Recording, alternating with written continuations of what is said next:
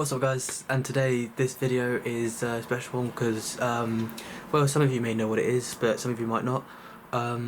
There's a cool, massive celebration that happens on, well, I mean, it's happening today because it's in a different town, but it's the same concept, but it's a bit bigger and it's a bit more celebrated in in different places.